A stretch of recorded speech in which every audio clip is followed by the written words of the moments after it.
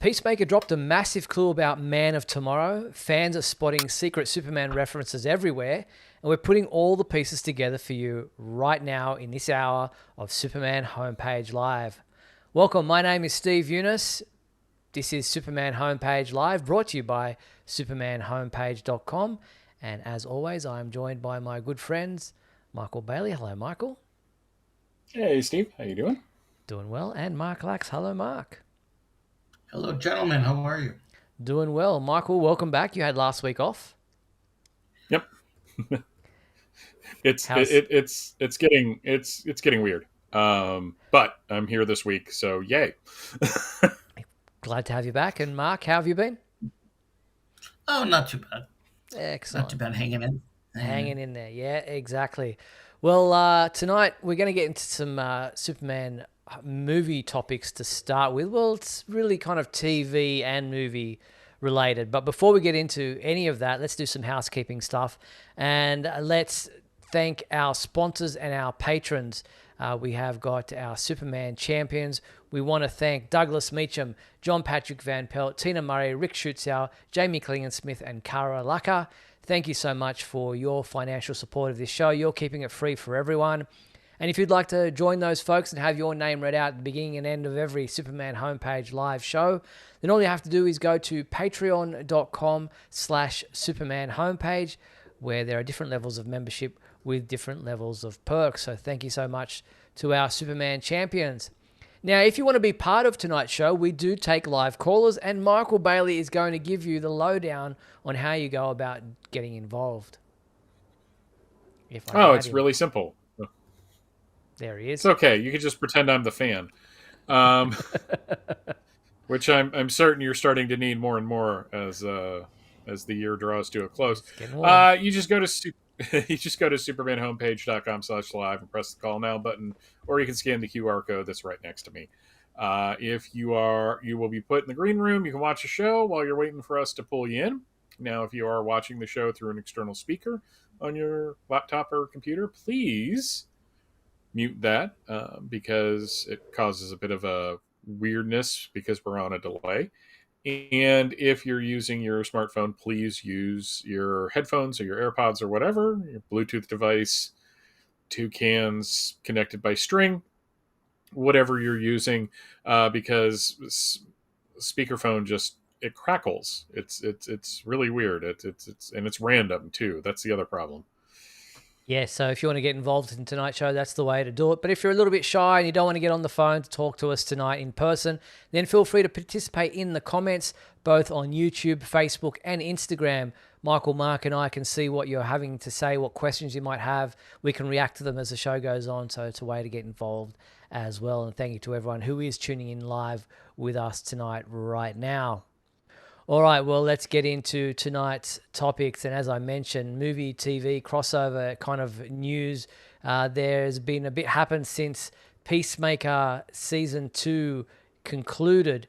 And but before we get into that, the movie itself, Superman, has won a Harvey Award for Best Adaptation. So Best Adaptation from a comic book or graphic novel. And I think this is well deserved because for many people, this movie felt like a comic book come to life. Yeah, that's fair. I mean, it's nice Superman winning any kind of award like this because it tends to be kind of a popularity contest, and I think this speaks to the fact that Superman's kind of on the upswing with that. And I also think it speaks to the competition. I mean, Thunderbolts looked good, but didn't do very well, and Fantastic Four had a big splash, but it did not have the impact I think that Superman did. Mm. So this seemed like a not a slam dunk, but very well deserved.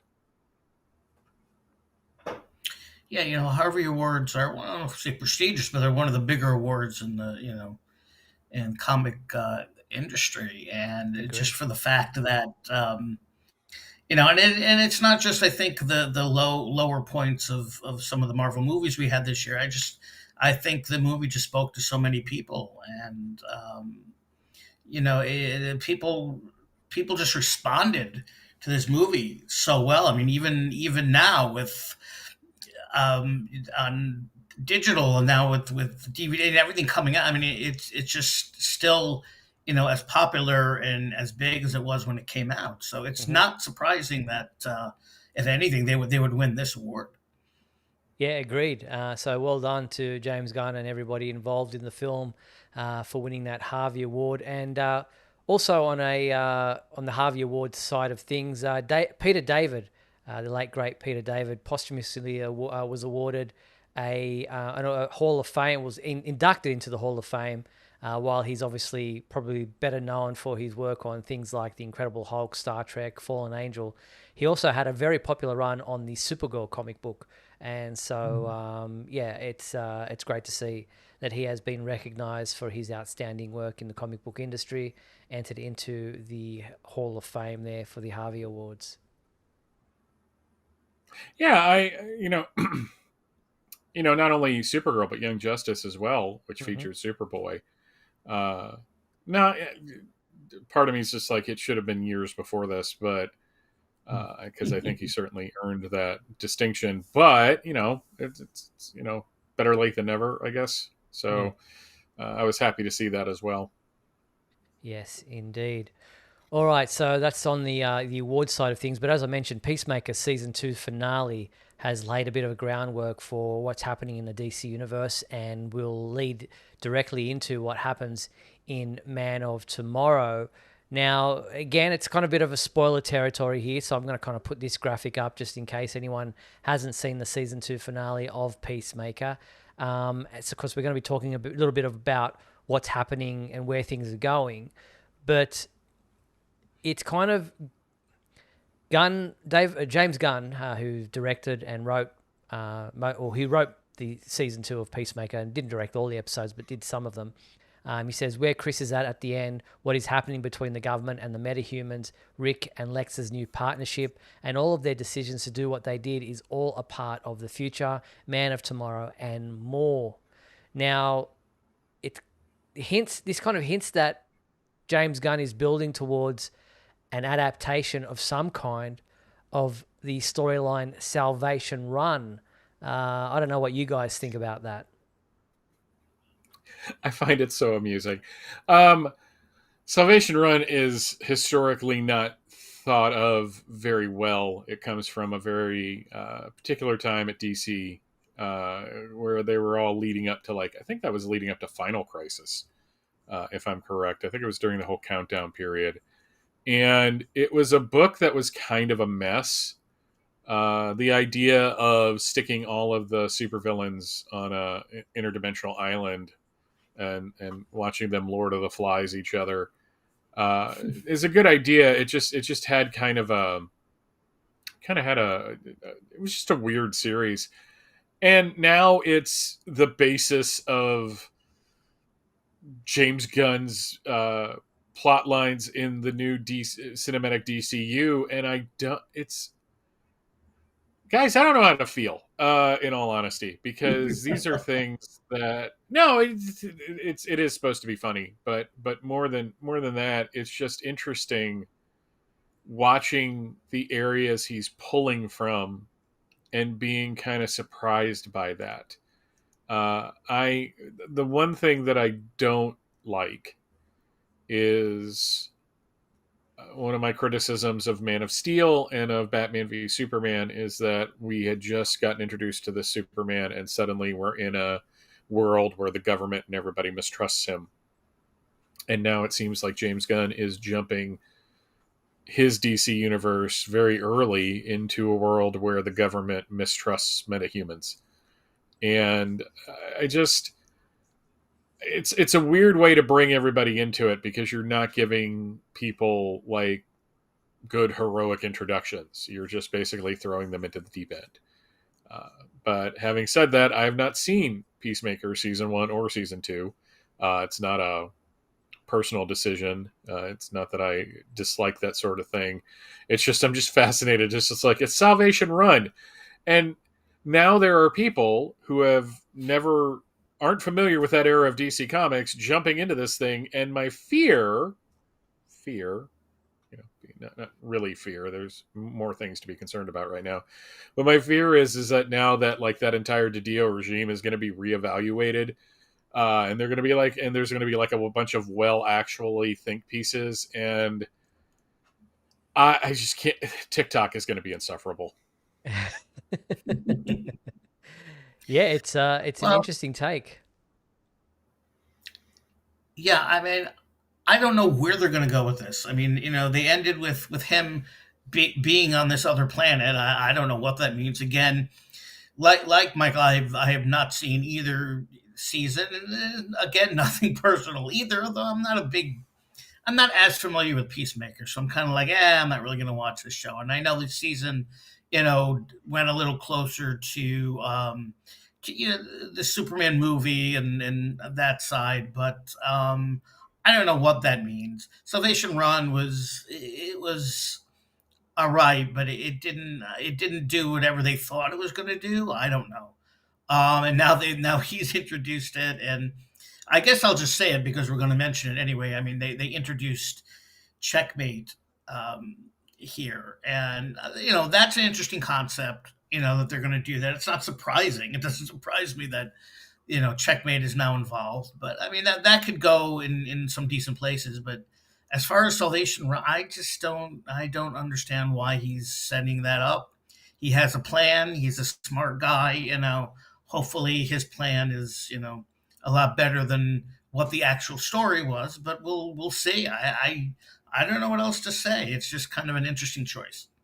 Yeah, and again, he hasn't confirmed that that's exactly where he is going. It just kind of hints to that, direction. So I guess, yeah, we'll just have to wait and see if they actually do go down that road. But they are setting up all the pieces, as you mentioned, the formation of Checkmate.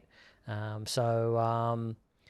we'll wait and see if that's exactly where James Gunn goes down, and if he's reworking that storyline into the DC universe. We'll just have to bide our time and see what happens. But you know, Peacemaker season 2, I'm about halfway through the second season at the moment, and there are lots of references to the Superman world. They mention the Metropolis event with what Lex did with the rift and the opening of portals and things like that. So it is directly referenced, and somebody in the comments says, don't forget, is it who? Let me see. Just scrolling back. Mind the Gap says, remember in Superman, Rick Flag Sr. is saying that metahumans seem to do what they want now, or that's what the government agent said to him. So, yeah, Michael. So Mind the Gap is making the argument that if you look at it like in the fictional world, humans mistrusting metahumans makes sense. And I get it that sometimes I'm not especially clear when I'm talking about things that I have problems with.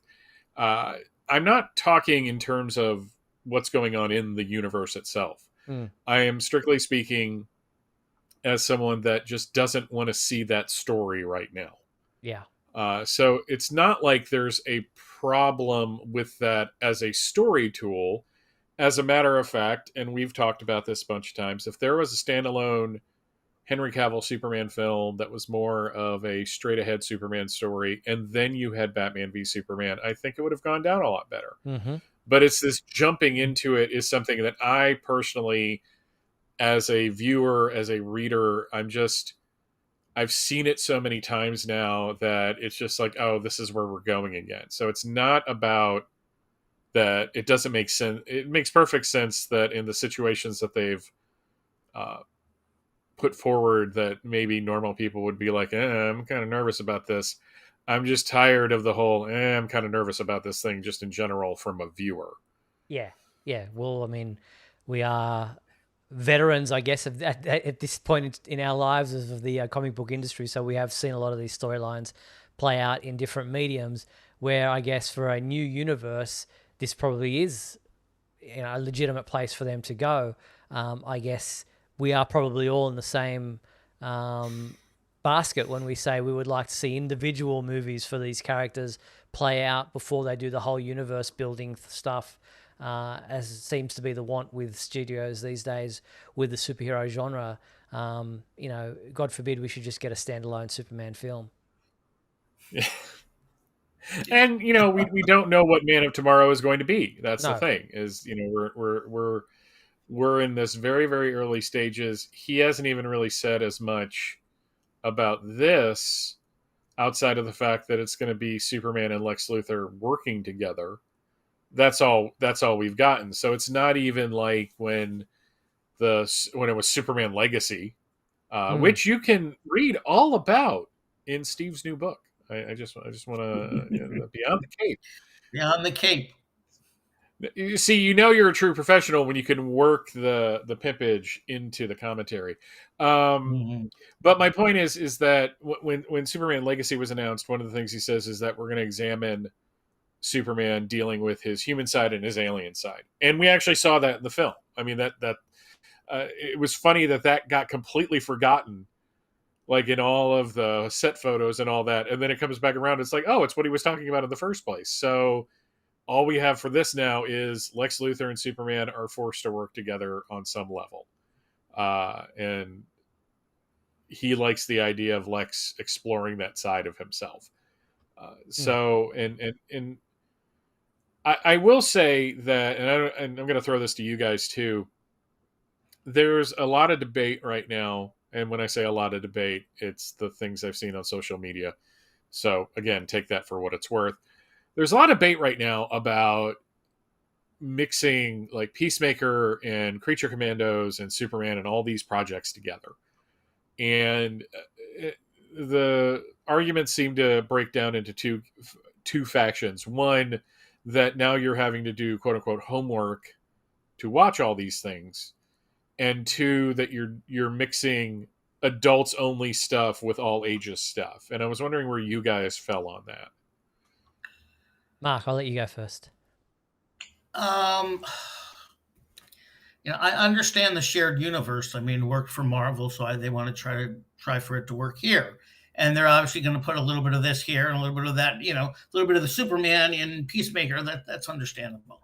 As far as mixing it with things that are more adult, when you have a more family friendly movie, I didn't see that scene with Luthor in Peacemaker, but from what I hear, the language and all that, why?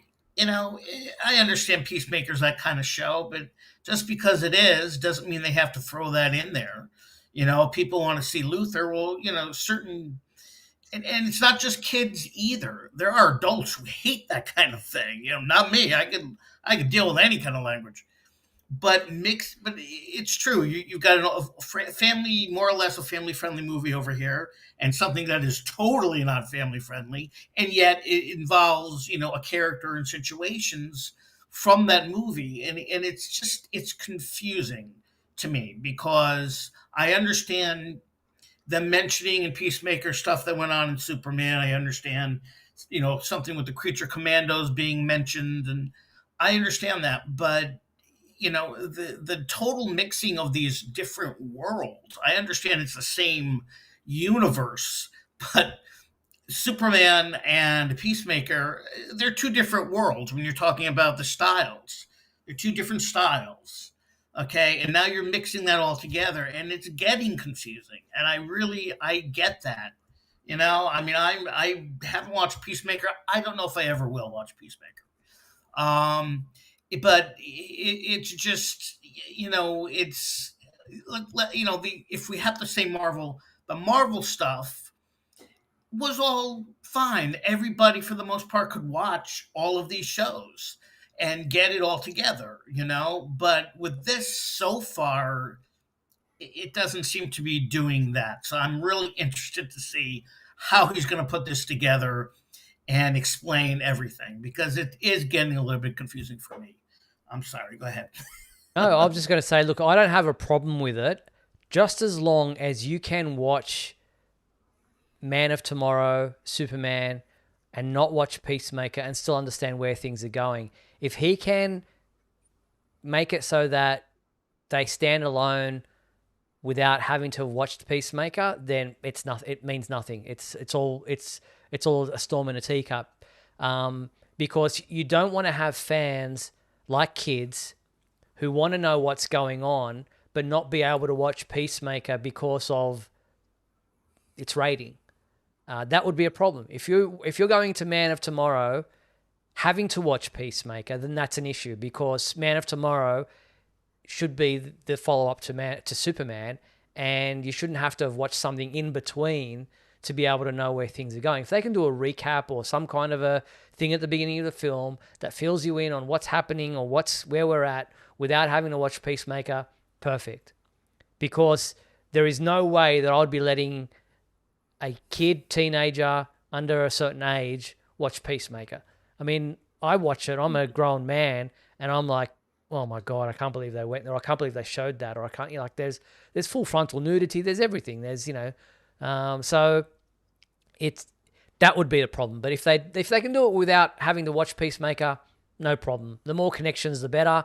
But as long as they stand alone without having to watch everything, because that's what I hate about comic book crossovers.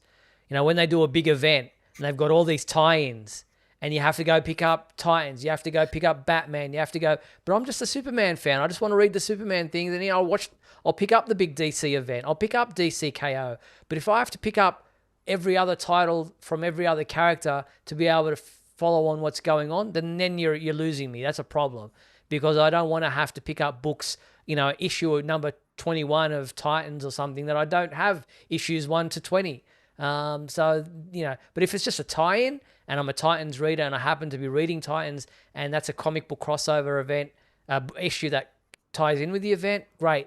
But if I have to, in reading the full event, go pick up these individual books from other titles, then that's a problem. That's where you're going to lose me. So I hope the movie does the same thing. It's interesting. Over the weekend in at New York Comic Con, they announced a new initiative with a bunch of titles that are kind of not the mainstream, but trying to engage other readers. Which, to be fair, I think DC has been really good about that in the past couple of years. I think they have been really they've worked hard to appeal to a broader audience while still maintaining that that kind of core DC continuity. But the problem with the core DC continuity is it's like last year we had Absolute Power, right? Well, to fully appreciate Absolute Power, you had to read House of Brainiac. You had to read the Titans Earth 3 miniseries. You had to read Green Arrow Volume 1. And you had to read the Volume 1 of Chip Zdarsky's Batman run. And I get that that's fun, but that's a lot of work. Now, if you're in it, I mean, I'm living in a glass house. 20 years ago, we were all really excited that Infinite Crisis #1 was coming out. And by the way, if you did buy Infinite Crisis off the rack in 2005, ibuprofen. I'm just going to leave it at that. I know it's a joke I tell every time, but I'm going to keep telling it. But there was like a bunch of stuff you had to read with that. So it's a glass house of, when I was into it, I was okay with it. Now it's a little daunting. The problem is that, and people in the comments were also making the comparison to the comics, is that while the TV and movie stuff connecting is kind of like a comic book universe, the problem is that the general audience is not going to put up with the BS as much as we will. Mm. And I think the idea of telling normal people, which is just that's a pejorative, because it implies that we're not normal, that there's something wrong with us, which isn't what I'm saying. Lay people or the lay people, the muggles, the people that the casual Yes. fans, the ones that are just going to this because they think it's fun, not because that they're emotionally invested. There might, it's either they're not going to care at all, or it's just going to be like, well, I don't want to watch 15 things to watch one thing. So I was just more interested in what you guys thought, because I live with my own thoughts all the time. They tend to circle in my head, and we're getting a lot of great feedback tonight in the comments section, I have to say. Yeah, we are. Well, I just want to touch on a couple of things. In the comments, Fayette says, isn't that how comics work? You have a mature reader's book like Swamp Thing and then the Dark Knight Returns, and at the same time you have family-friendly books. That's fine, and that's great. Just like the movie industry, we've got movies that are PG, we've got movies that are M, we've got movies that are R-rated, movies that are X-rated.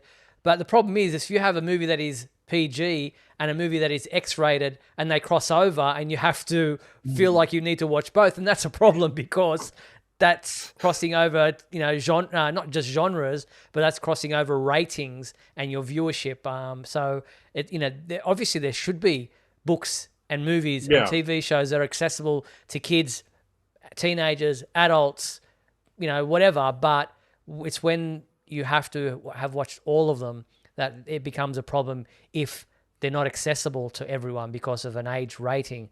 It's like, it's time investment too, Michael, what you're saying about the layperson. If someone says to me, oh, you've got to watch blah, blah, blah on Netflix, and I'm going, okay, I'll have a look. And I go and it says 7 seasons. I'm like, I don't have the time to invest in 7 seasons. It's too much. So yeah, it's about investment. So if someone's going into Man of Tomorrow, having watched Superman, and then realizes that maybe they should have watched 2 seasons of Peacemaker, someone's going to go, well, I can't be bothered. I don't have the time for that. I'm not interested in doing all that. And so you have to allow people to be able to spend as minimal time to be able to still follow on with the story for major productions like movies. Very well said. I think we're all nodding heads. So excellent. All right. Yes. A lot of people talking about the Phantom Zone possibly having some kind of impact in Man of Tomorrow, which, considering that it's a dimension of its own, it's a possibility, I guess, but I don't know if that's where they're going. Yeah, I mean, we're really at that point where anything is possible. I mean, James Gunn has put so much on the table already that you can't rule anything out. Just listening to a podcast today, and somebody brought up the Supermobile, and they're like, "That can never happen." I'm like, "Whoa! They had the hypno glasses in Superman." I mean, Yeah. I'm not saying it's probable, but it's not improbable either. No, that's very true. All right. Well, just having a look, we mentioned at the beginning of the show that sharp-eyed fans have been catching Superman references left, right, and center. Not only in Peacemaker, as I mentioned, were there some Superman references, but there's a fun little Easter egg in the new film One Battle After Another, starring Leonardo DiCaprio, Sean Penn, and others. If you are a sharp-eyed fan, you might have noticed there in one scene, there is a Superman poster in this shop, office building, whatever it is. I haven't seen the movie myself. I'm looking forward to seeing it because I'm hearing great things about the movie itself. But on the left-hand side of the screen there is a 1978 Japanese poster promoting Superman the movie, which is this one here. So yeah, sharp-eyed fans caught that. I don't know why it's up there. It's obviously just set dressing, but there you go. Well, it's a Easter egg showing that Paul Thomas Anderson is going to be directing a DC film. That's what I said. Oh yeah. Yeah. According to something I just made up right now, that's what's going to happen. Yes. You heard it here first, folks. Michael said it. Well, hey, let's see if we can make this go viral. We're gonna make this video just pop. And about 10 minutes after the show, you're going to see it like on somewhere in like Paul Thomas Anderson going to be directing a new DC movie. Yeah. Would it be the first time something on this show ended up in a clickbait article? I'm just saying. This is true. This is very true. Yeah. Mind the Gap saying that's probably the closest we'll ever get to see it to Leonardo DiCaprio being in a comic book movie because he's one of those actors who says he'll never take on a comic book movie role. John Patrick Van Pelt asking who's going to be trapped in the Phantom Zone. John, we actually don't know that the Phantom Zone is going to be in Man of Tomorrow. It's just speculation. No. There are dimensions. There's no. According to another thing I just made up, the entire Man of Tomorrow itself, is going to be entirely set in the Phantom Zone. In the Phantom Zone, yeah. It's just conjecture. There's no actual confirmation at all. #facts. Stop, Michael. Stop. Who did they say is playing General Zod in this movie? They mentioned it in Man of Tomorrow. I don't remember what they said. No, they're bringing back Michael Shannon, but it's not going to be Michael Shannon. It's going to be the dummy of Michael Shannon from Batman v Superman. Oh, so they're going to say, okay, yeah. That's pretty cool. I'm glad I can't wait to see that. It's Henry Cavill. The answer to Krypton Fan 76's, or JK Krypton Fan 76's, what Superman had the best shirt rip of all time? That would be Superman 2. The very beginning of the Lester cut, him running into the alley. It's the most comic book accurate shirt rip and transformation we have ever seen on film. Mm-hmm. Nice. Yes, very good. Yep. Can't disagree there. It's an awesome one. All right, let's move on. We are at the halfway mark of tonight's film. That was a great first half hour. We're going to play some quick messages. We're going to come back on the flip side to do the fan favorite question of the week. We're going to do This Week in History, and we've got some merchandise and collectibles to talk about as well. We'll be back right after these messages. We'll be back in a moment with the exciting climax of today's episode. So stand by.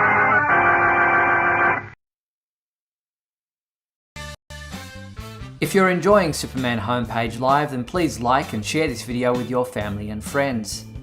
Also, if you'd like to subscribe to our YouTube channel, then you can click on the bell to receive notifications whenever we post a new video. You can also join our YouTube membership program, just click the join button below. Or you can become a patron and support our website by going to patreon.com/Superman Homepage.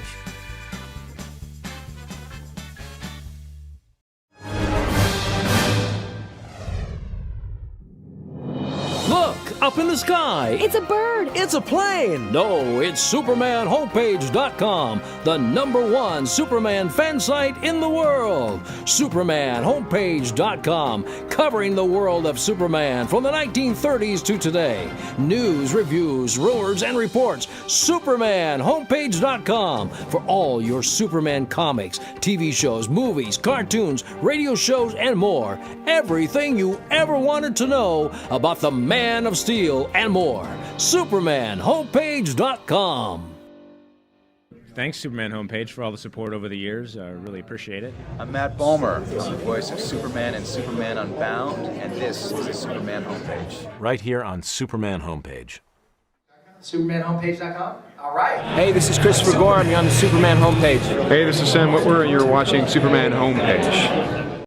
Hi, Stephen. This is Lois Lane from the Daily Planet. Do you want to start a video podcast? When the world needs saving, the world turns to and his super team. Superman's not just a superhero, he's the superhero. Superboy and Steel are the super team. This is Steel. He's got an armor suit, and check out that hammer. Pow! Superboy rides in on his motorcycle and blasts them. Bam! Pow! Hondo is a supervillain. He's got these power cables that go zzz, zzz, zzz. Superman comes in like boom. Bad guys gotta learn. You don't mess with the ass. Superman. Figures and vehicles each sold separately. Love that TV commercial. That kid looks like he's from Back to the Future with the the life preserver jacket. Wow, those actually they look like the kids that were like the smart kids in that first season episode of Lois and Clark. I want to find out who they are. Let's interview them. Let's get them on the show. It's probably impossible, but that'll be fun. I'm sure they're at a Comic-Con right now, dining out on their with like little glossy pictures of them pointing at the camera and signing, "Don't mess with the S," whatever their name is.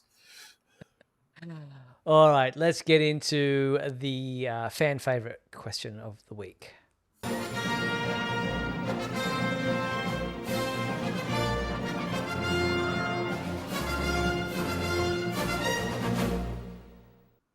All right, the fan favorite question from last week was, which is your favorite Superman movie musical score and why? And we had quite a few people respond. Michael, who was up first?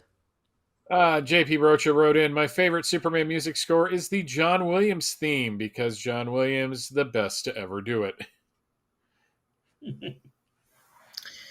And Alfie Fossatelli wrote, Superman has some great scores over the decades, but I think What Are You Going to Do When Not Saving the World by Hans Zimmer is the best. Unfortunately, we only hear it over the end credits of Man of Steel, and I don't understand why they never used it again in the subsequent Cavill films. However, I listen to it all the time while walking, biking, or working out. It's just fantastic and really makes you feel like you can fly the way the John Williams score did when I was a kid. Thank you very much, Alfie. Next up, we had Roy Seitz, who said, I missed last week, so I'll quickly add that Bill Church Jr. from Lois and Clark is my favorite villain, not named Lex Luthor. I always love seeing Bruce Campbell pop up on shows. As for this week's question, my favorite musical score is from Superman the movie. To me, there is nothing even close to the John Williams score. This score helped build the movie and will always be in my head. Thanks for the free entertainment and news. No worries. Thank you, Roy. Kara Lucker wrote, Steve, you made this one too easy. My favorite Superman score is without hesitation John Williams' brilliant score from Superman the movie. The entire score is incredible. Can't imagine Superman without Mr. Williams. He is indeed the maestro of movies. Very well said, La Cara. Yep. Thank you. Lorenzo Hot Takes Valdez wrote, my favorite score from a Superman movie is Hans Zimmer's Man of Steel score. It is so sweeping, so emotional, so propulsive, and so inspiring. I have specific memories of listening to this score while doing homework for a summer geology class in between my freshman and sophomore years of college, and it mixed brilliantly with the nature landscape images I was examining for class. Very cool. Thank you for the insight, Lorenzo. Next up, we have John Patrick Van Pelt, who said, every year when I start a new episode of the Superman Homepage Live, I always start off with my favorite Superman score of all time, which is Superman the Movie by John Williams and the London Symphony Orchestra from 1978. Thank you, John. Ryan Ignatius Pratt wrote, my favorite Superman musical score would be John Williams' main title march from Superman the Movie. And a very close second would be Jay Griska's main title theme for Lois and Clark. And in third, it's a tie between Hans Zimmer's Flight from Man of Steel and David Fleming's Home from James Gunn's Superman. Ryan, if you like the Lois and Clark theme, track down, you can find it on YouTube. It's really simple. The theme that Bill Conti did for a show called The Colbys, which was a spinoff of Dynasty. It's the same theme. It's the exact same theme over and over. It's really weird. Yeah, I mean they're like it's so close. I'm surprised. I would be surprised to find that there wasn't some kind of like this inspired that. Interesting. Celeste Sims wrote, my favorite original score from Superman is Punk Rocker by Iggy Pop. I love style of the song because it's a catchy tune, but not bland or over dramatized. It highlights the humanity and kindness in a person that is so touching and moving. Kindness is the real punk rock for sure. Thank you very much, Celeste. Well said. And that is this week's fan favorite question. Michael, what is your favorite? It's interesting. Obviously it's the Williams theme. That's my favorite, but it's kind of funny. I think overall, pound for pound as a film score, Superman the movie is the strongest. And that's just because John Williams is from that era of film composers that, not only the main character gets a theme, but everybody gets a theme. But I personally think that both the score to Superman Returns and Superman 4 are very strong on their own as well. Superman 4 has a version of the Love theme that's a track called Fresh Air that I think is the best version of that piece ever done. So it's kind of, it's weird. I mean, even the new score, which I don't understand why people say that they kept doing the same theme over and over again. It's not like Superman Returns where he kept edging us with we're going to play it, we're not going to play it. Whereas we got different variations of the various parts of the Superman March in the new film. So, but that's just my opinion. Mark. It's John Williams. Hands down. It's just, not that the other scores aren't very good. But it just stands out to me that's Superman to me, I could just see, I hear that and I could see every Superman flying over, smiling at the camera when I hear that. So yeah, I agree. Obviously, John Williams set the benchmark and very high, and but variations on John Williams. Like you said, Michael, Superman Returns, the score, the complete soundtrack is excellent. Like there's just so many sweeping, moving tracks in that. Even the love theme is just has a more, I don't know. Whenever It's I a little watch more Superman, haunting. Yes, a little bit more sweeping. Because it's not a love. It's a love theme of a love that was lost. Yes, and I think Ottman really kind of zeroed in on that with what he did with it. Agreed, and using some of the choral voices is really it just kind of adds an element that wasn't there in the John Williams score. So thank you everyone for sending in your answers to the fan favorite question about the musical score. Similar kind of, I think we might have done this one many years ago, or quite a few years ago, but our new fan favorite question for this week is, what is your favorite song that mentions Superman? I think last time we got done for copyright for trying to play some of those tracks when we answered and tried to play some of them. But what is your favorite song, popular music, that mentions Superman? Get involved in the fan favorite segment of the show. Send in your email answers to info@supermanhomepage.com. That's info@supermanhomepage.com. And we'll read out, not play, we will read out the songs that you mentioned when we return to this segment next week. All right, let's move into This Week in History by Michael Bailey. Come with me now, my son, as we break through the bars of your earthly confinement, traveling through time and space. Kind of a light week. We start in 1945 with Action Comics number 91, which that's actually kind of cool. I like that. That's that certainly is an innovative way of destroying it. What I do like about this cover more than anything is the guy in the corner, in the bottom right left hand corner. I imagine that's the same guy that was running in Action Comics number 1, and he's just like I can't get away from this guy. 1955, we have Superman's pal Jimmy Olsen number 9. He's doing what lots of kids were doing at the time, watching Superman breaking through a wall on television with an expensive soundboard, it looks like. 1965, we have another Superman's pal, Jimmy Olsen. He's not watching television. Yeah, I don't understand anything of what's going on this cover. It's got a survival kit that just seems to be all embedded in his suit. Yeah, it's that. Well, it is this era of Jimmy Olsen, so that's very on point. In 1975, we have Superman number 295, where he is beating up a pensioner, as they would say in the UK.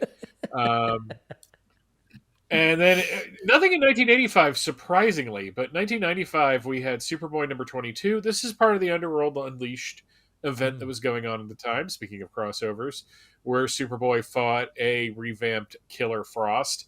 And then we had Superman the Man of Steel number 51, which is not part of the Underworld Unleashed storyline because the trial of Superman was going on.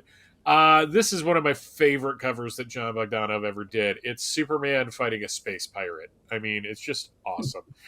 2005, we have Action Comics number 832, winding. Sorry, just quickly going back to that first, to this one, Michael. Are they fighting over who has the best hair? Yes, I believe that was a main part of the trial of Superman. Was and really, I think they both win. In all honesty, they both go to the same hairdresser. Yeah, they both have flowing. I mean, maybe they were born with it. Maybe it's Maybelline. In 2005, we have Action Comics number 832, which is a team up with the Spectre. I always like when Superman teams up with the Spectre, since they're both Jerry Siegel creations. Infinite Crisis number 1 came out. We have the Jim Lee cover there. There was also a George Perez cover.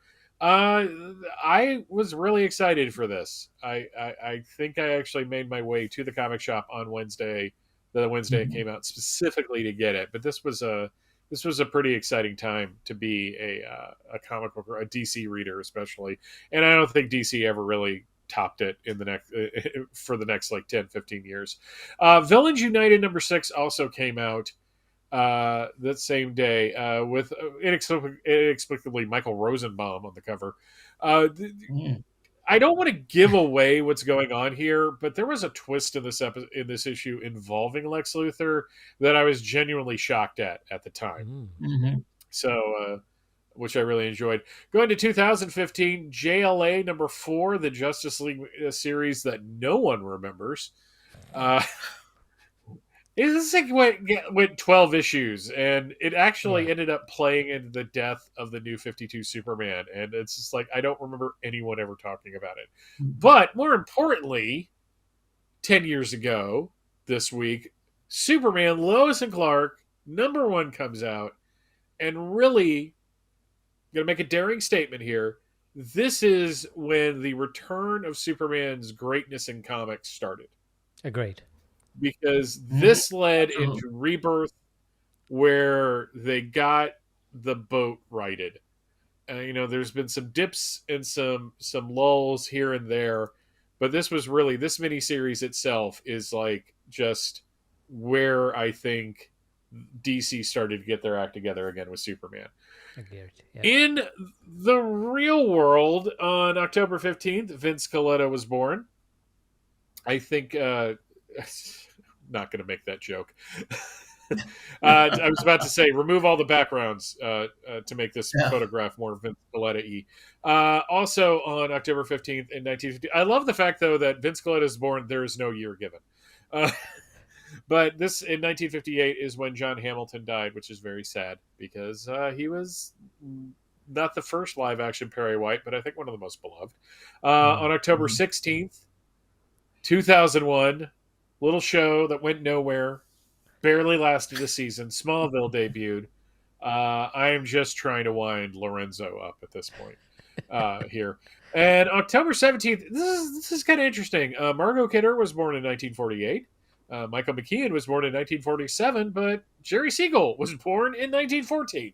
So Lois Lane and Perry White / the assistant to Lex Luthor in the Batman episode of Lois and Clark season 1 and the creator of Superman were all born on the same day. And that is This Week in History.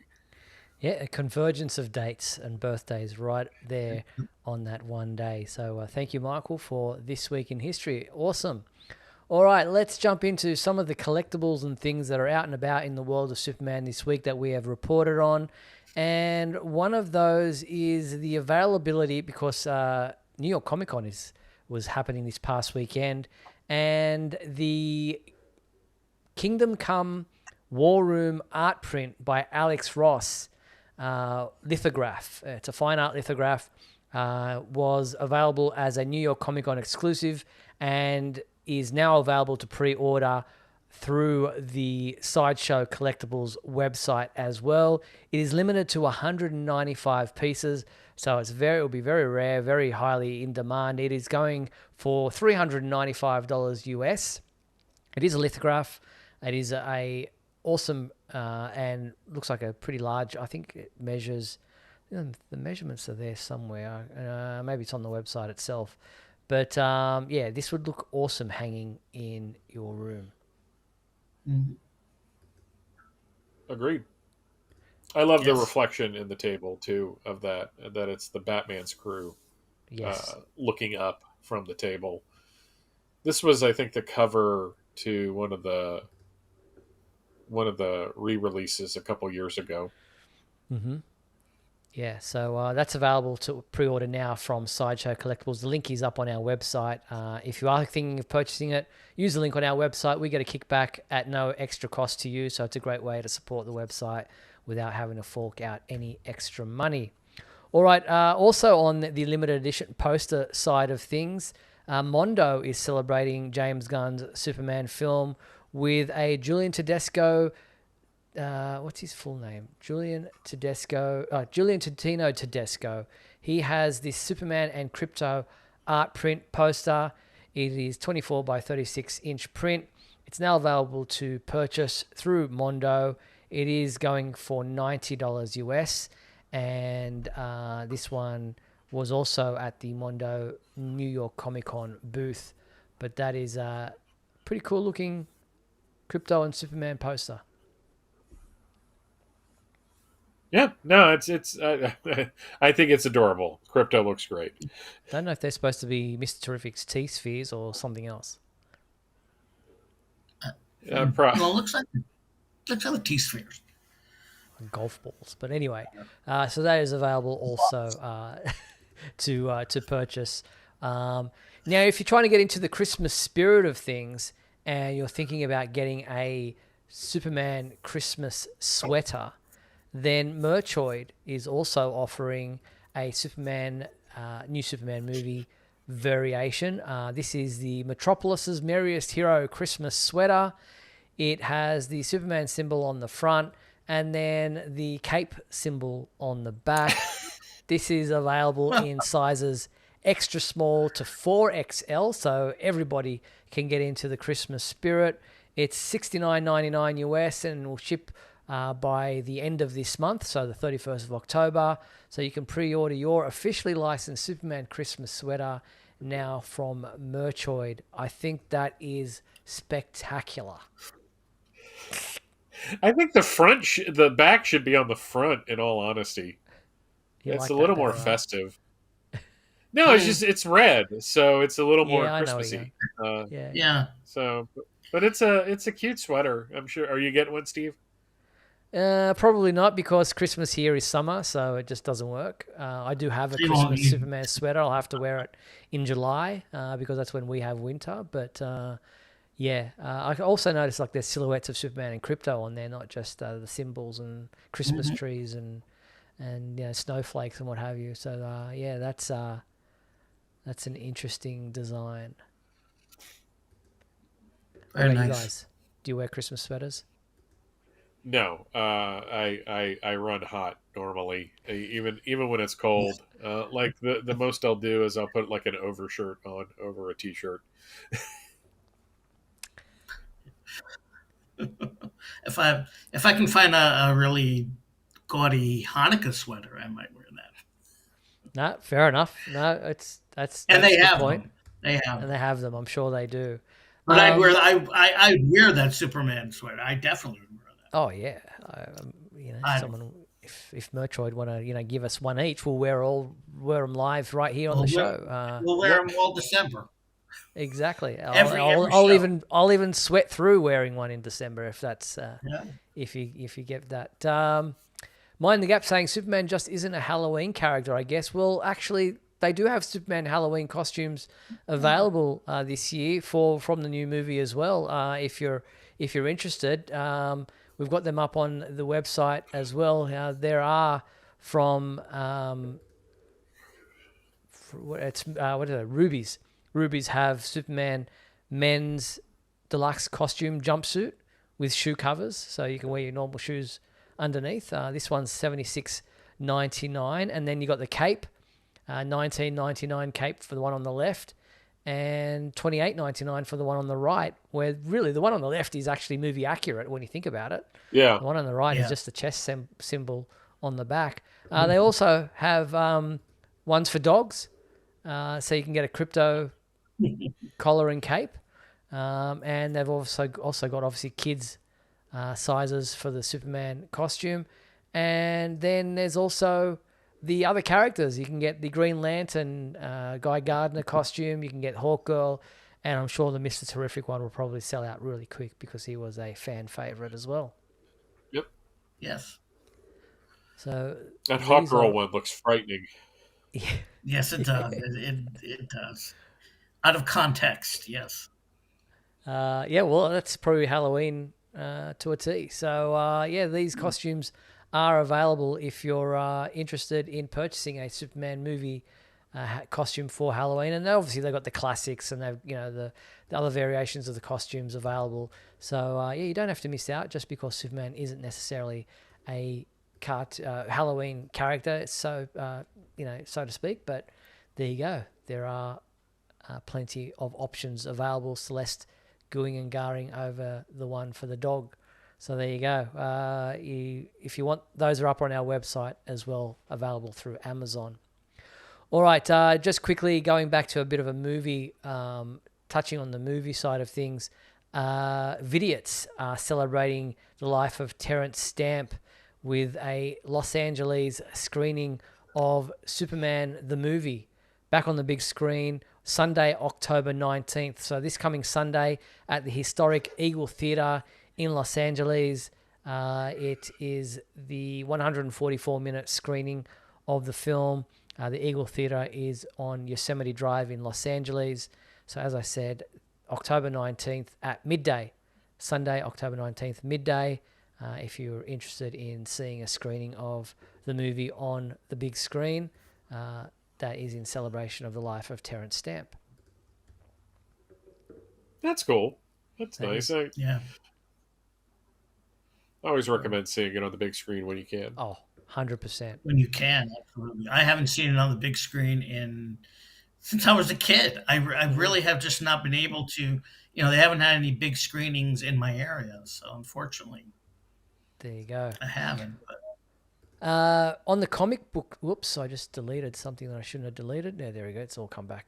On the comic book side of things, DC's YouTube channel put up a Inside the DC Comics Archives Vault video in which Mark Waid goes through the DC Comics Archives Vault with the official DC historian Benjamin Leclerc, and there's a video up on our website about that. Here's just a little bit of that if I have it. I don't have it. Oh, yeah, here I do. There it is. Hi, I'm Mark Waid, DC's unofficial historian. I'm here today to talk about DC's March to 100 initiative with their official historian, Benjamin Leclerc. Benjamin? Hi, everybody. Yes, DC turned 90 years old this year with the anniversary of the release of our very first comic, New Fun #1. So on this March to 100, we're going to be celebrating every decade of DC history, and we're going to start really with our most important decade where we created superheroes and the golden age of comics. So to do that, we're going to... So yeah, if you want to watch the full video to see them do that and go through the DC Comics Vault, and they talk about Superman a fair bit in that, obviously, that is something that you can check out on our website as well, thanks to the DC YouTube channel. Yeah, it's shocking that Mark Waid would talk about Superman. So, very good. Now, on the the collecting side of things, as far as action figures are concerned, McFarlane Toys gave us a first look at their gold label Jokerized Superman action figure. It's based on the cover artwork from Superman #9, which obviously saw a kind of, yes, I know. Yeah, I heard. Mike, I heard what you had to say on, I think, Facebook or whatever. No, it's just they're adding the chains because it's an affectation you can do with the collectible, and it looks cool. There is nothing about in that story where Superman is wrapped in kryptonite chains, and he's not even really jokerized. What it turns out to be is a robot. Never mind, it doesn't matter. Let's go on to the Nightmare. The Nightmare edition. Let's go to the one where they took a really great Superman costume and put clothes on it, which kind of ruins the whole look. Yeah, so this is obviously from the Future State. This is a Nightmare Edition gold label action figure, both available to pre-order exclusively from Walmart. So those will be available very soon as well. But that pretty much brings us to the end of tonight's show. Before we do sign off, I'd like to thank everyone for tuning in to this edition of Superman Homepage Live. Thank you to my two co-hosts, Michael Bailey. Thank you, Michael. Pleasure as always. And Mark Lax. Thank you, Mark. Thank you, gentlemen. Now, we also want to thank our sponsors and our patrons, Douglas Meacham, John Patrick Van Pelt, Tina Murray, Rick Schutz. I just had a blank there. We've got, who did I have? We've got, yes, Rick Schutzauer, Jamie Klingensmith, Tina Murray, and Cara Lucker. Thank you so much for your support of this show. The three of us will be back next week on Monday, October 20th. October 20th, yes, for another edition of Superman Homepage Live at 7:30 p.m. Pacific Time. Hope you can join us then. Until then, be sure to check out supermanhomepage.com for all your daily news updates on everything surrounding the Man of Steel. If you haven't done so yet, please go out there, amazon.com, for my new book, Beyond the Cape, The Journey to James Gunn's Superman movie, $21.99 for a paperback, or a lot cheaper for the Kindle. But that is it for this week. Thank you so much for joining us. Thank you, gentlemen. We will be back next week. I'm Steve Eunice. On behalf of Michael, Mark, myself, thanks for watching Superman Homepage Live, brought to you by supermanhomepage.com. Good night.